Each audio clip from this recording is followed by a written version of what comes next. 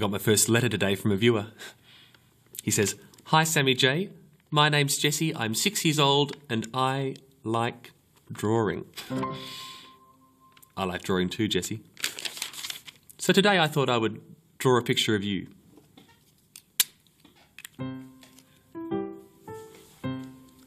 Here you are, Jesse. Little modern Australian boy. Here's your hair. And here's your future earning capacity of $1,600 a week. Good on you, Jesse. With that money you might like to buy a house. In fact, you might like to buy 2 houses. You could negatively gear one of them. If you're kicking out one of your tenants because they didn't make the rent. But I'm a student, don't care. Just being silly. And of course, as a white Australian male, you're going to live until the age of 80. Which means you might even live to see a surplus. You won't, but we can dream. Oh, sorry, I think there's more to the letter. My name's Jesse, I'm 6 years old, I like drawing. As a young girl, I'm excited about my future. Oh, Jesse, you're a girl. My mistake. Sorry, should start that again, shouldn't we? Here we go.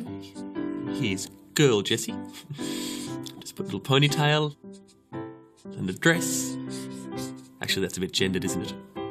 Might just turn that into cargo shorts from Target or Kmart, or whatever non-brand specific ABC approved store I'm allowed to use as an example.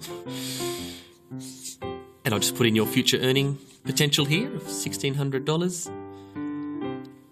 Actually, that's not correct. I think it's 17% less than boy Jesse's. That's okay. I'll just grab a calculator and correct that. 1,328 per week.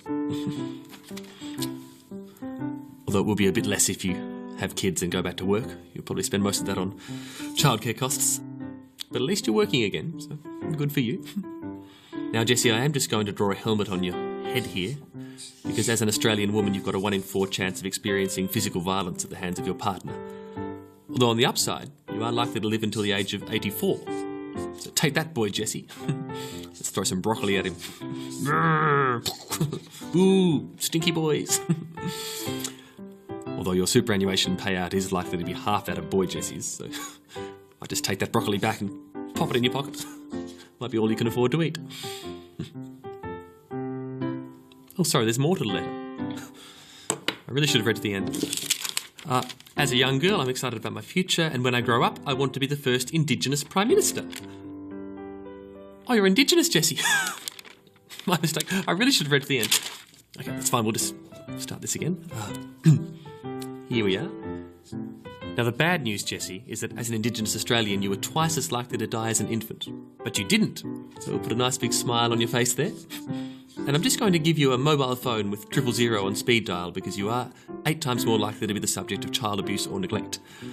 Although you might feel uncomfortable calling the police because you're also 16 times more likely to go to jail than non-Indigenous Jesse.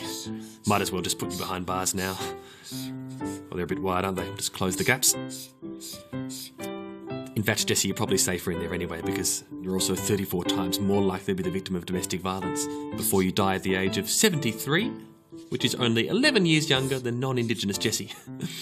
Silly life expectancy. What do you think? Have I drawn too many conclusions? You're right. Why don't we start again? In fact, why don't we all draw a brand new picture together?